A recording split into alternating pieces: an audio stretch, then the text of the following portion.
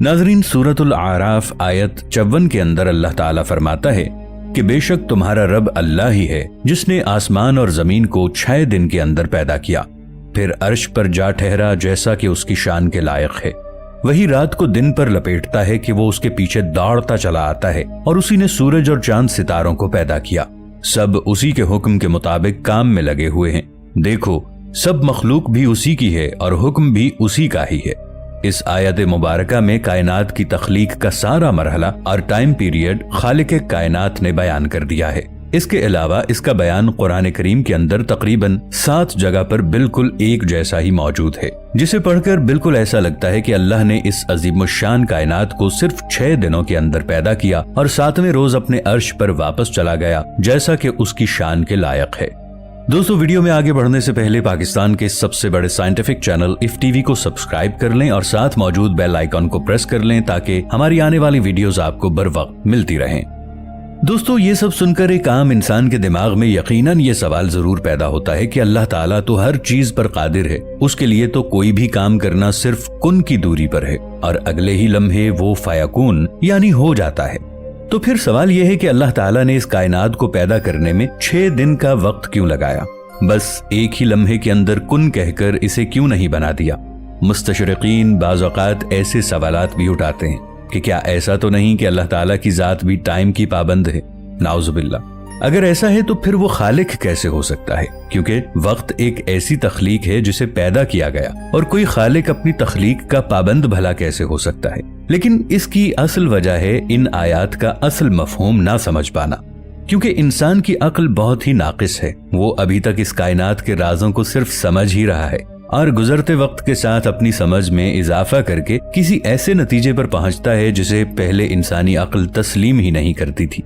लेकिन अब सदियों की खोज के बाद इंसानों को इस कायनात की बनावट का अंदाजा किसी हद तक हो चुका है कि कैसे शुरुआत में ये पूरी कायनात एक नुक्ते से फैलकर धुएं और गैसेस के अंदर बदल गई, जिससे तमाम ऑब्जेक्ट्स मसलन सितारे, सैयारे, चांद और गैलेक्सीज वगैरह बनना शुरू हुई, जिसके बारे में जरा सा भी अंदाजा आज से 100 साल पहले के इंसान को नहीं था। अगर उस वक्त के अंदर कोई भी कुरान पाक की इन आयात को सामने रखकर कायनात की बनावट के उस वक्त के नजरियों पर गौर करता तो यकीनन उसे इन दोनों के अंदर कोई भी कॉम्बिनेशन नजर न आता,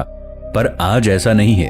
जरा गौर करें कि कुरान करीम के अंदर जिस भी जगह पर कायनात को 6 दिन के अंदर बनाने की बात हुई है, इनके अंदर 3 आयतों में आसमान और जमीन के अलावा मा बैनहुमा भी लिखा हुआ है,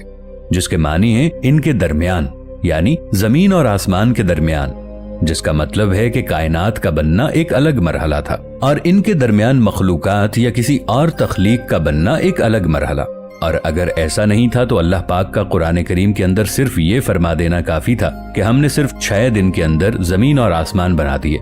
अब यहाँ पर लफ्ज इनके दरमियान, इससे क्या मुराद है,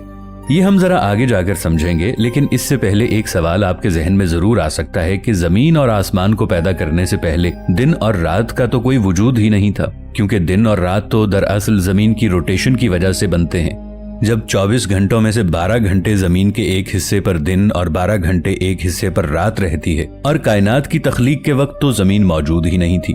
लिहाजा 6 दिन का टाइम कुरान पाक दरअसल कैसे बयान कर रहा है, जिसका जवाब यह है कि आज का मौजूदा साइंसी इल्म यह कहता है कि कायनात की शुरुआत से लेकर दुनिया के पहले इंसान की जमीन पर तशरीफ आवरी तक का टाइम अरबों साल में जाकर पूरा हुआ। कुरान करीम में हर मकाम पर इन 6 दिनों के लिए याम का लफ्ज इस्तेमाल हुआ है, जिसका मतलब समझना इंतहाई जरूरी है। दोस्तों, फर्ज करें कि आप बुढ़ापे में किसी गांव में अपनी पैदाइश और बचपन की जगह पर जाते हैं और वहां पर जाकर किसी शख्स को अपने घर की जगह की तरफ इशारा करके बताते हैं कि एक रोज था कि मैं यहाँ पर बचपन में खेला करता था, फिर एक रोज आया कि जब मैंने अपनी तालीम मुकम्मल करके अपना बिजनेस शुरू किया, और आज मुझे ये दिन देखना नसीब हो रहा है कि मैं उसी जगह पर वापस लौट आया हूँ। क्या आपने गौर किया कि आपने अपनी कहानी सुनाते हुए अपनी जिंदगी के 60 या 70 साल के टाइम को सिर्फ 3 दिन के अंदर बांट दिया है,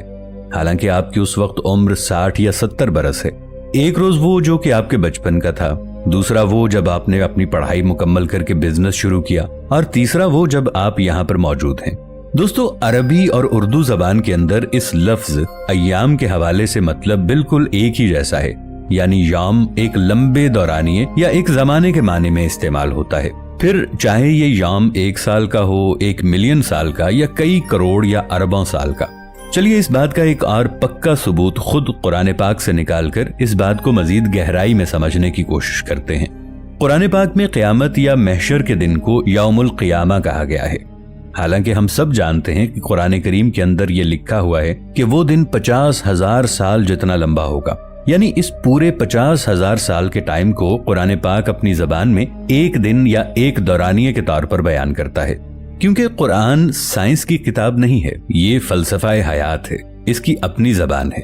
اگر اسی کانسیپٹ کو ذہن میں رکھ کر ہم یہ سوچیں کہ ایک روز وہ تھا جب ہماری یہ زمین صرف آگ کا ایک گولا تھی، پھر ایک روز ایسا آیا جب وہ ٹھنڈی ہو گئی اور اس کے اندر زندگی کے آثار پیدا ہونے لگے، لیکن دوستو ابھی بھی کئی کروڑ سال تک زمین کا ٹیمپریچر کئی 100 ڈگری سینٹی گریڈ تھا، جو کہ زندگی کو بڑھانے کے لیے بالکل بھی مناسب نہیں تھا، جسے ہم نے ایک روز کہہ کر ختم کر دیا۔ اگر ہم ایسا سوچتے ہیں تو یہ سب کی سب باتیں سائنسی اور مذہبی نقطہ نظر سے بالکل ایک جیسی ہیں،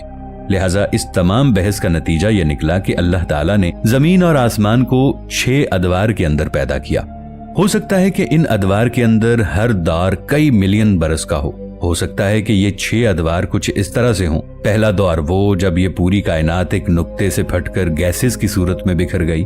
دوسرا دور یہ گیسز کے گولے یعنی نیبولاز، جو کہ کاسمک ڈسٹ اور گیسز پر مشتمل ہوتے ہیں، انہوں نے ستاروں کو پیدا کرنا شروع کیا۔ اور پھر تیسرے دور کے اندر ہمارا یہ سولر سسٹم بنا اور زمین سورج سے الگ ہو گئی۔ اور پھر چوتھے دور کے اندر زمین ٹھنڈی ہو کر رہنے کے قابل بنی تاکہ یہاں پر کوئی بھی انسان یا کوئی بھی جاندار مخلوق زندہ رہ سکے۔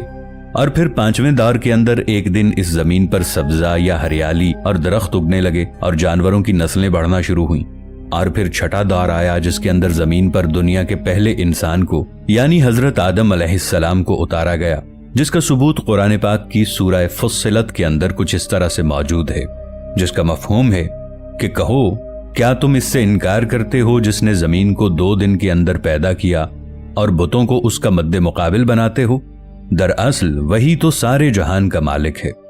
ناظرین ذرا غور کریں کہ یہ پہلے بیان کیے گئے تیسرے اور چوتھے دور کی طرف اشارہ ہے، جب پہلے دور میں زمین بنی اور دوسرے دور کے اندر یہ بن کر ٹھنڈی ہو گئی، یعنی انسانوں کے رہنے کے لائق بن گئی۔ اس کے علاوہ سورہ یونس، سورہ ہود، سورہ فرقان، سورہ سجدہ اور احادیث میں بھی اس بات کا اشارہ موجود ہے۔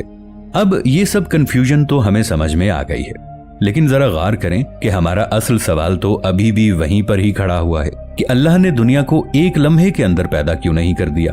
6 دن یا 6 ادوار کے اندر ہی کیوں پیدا کیا؟ تو اسے آسان الفاظ میں سمجھنے کے لیے آپ سب سے پہلے خود سے سوال کریں کہ اللہ نے آپ کو 9 مہینے کے اندر ہی کیوں پیدا کر کے اس دنیا میں بھیجا، صرف 1 دن میں کیوں نہیں؟ کیونکہ وہ تو اس چیز پر بھی قادر ہے۔ اس کا مطلب یہ ہے کہ اگر اتنے عظیم الشان اور مشکل ترین کام آسانی سے خود بخود ہوتے رہتے تو کون ان پر غور و فکر کرتا، ان پر ریسرچ کرتا اور اپنے خالق کی موجودگی کو محسوس کرتا؟ اگر اللہ چاہتا تو صرف اس زمین کو ہی پیدا کر دیتا۔ ایک نہ ختم ہونے والی اتنی بڑی عظیم الشان کائنات کو پیدا کرنے کی بھلا ضرورت کیا تھی؟ اس سب کا جواب ہے کہ انسان کے غور و فکر کرنے کے لیے، تاکہ وہ اللہ کی پیدا کردہ ہر مشکل ترین تخلیق کو سمجھے، اس پر غور و فکر کر کے اپنے خالق تک جا پہنچے کہ ہاں کوئی ہے جو اس کائنات کو پیدا کرنے والا ہے اور اس سب نظام کو وہ چلا رہا ہے، وہ نظام جو کہ انسان کی سوچ اور سمجھ سے بہت بالا ہے۔ کیونکہ اس کے بعد قرآن یہ کہتا ہے کہ اللہ نے آسمان اور زمین کو پیدا کرنے کے بعد اس کا نظام خود سنبھالا اور اسے ہمیشہ سے چلا رہا ہے، اور یہی مطلب تھا 7ویں روز عرش پر جانے کا۔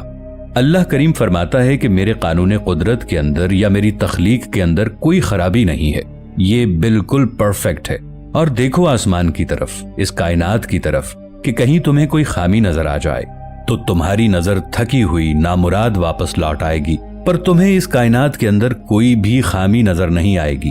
اور اس لیے سائنسدان بھی کبھی کوئی عیب اس کائنات کے نظام میں نہیں ڈھونڈ سکے،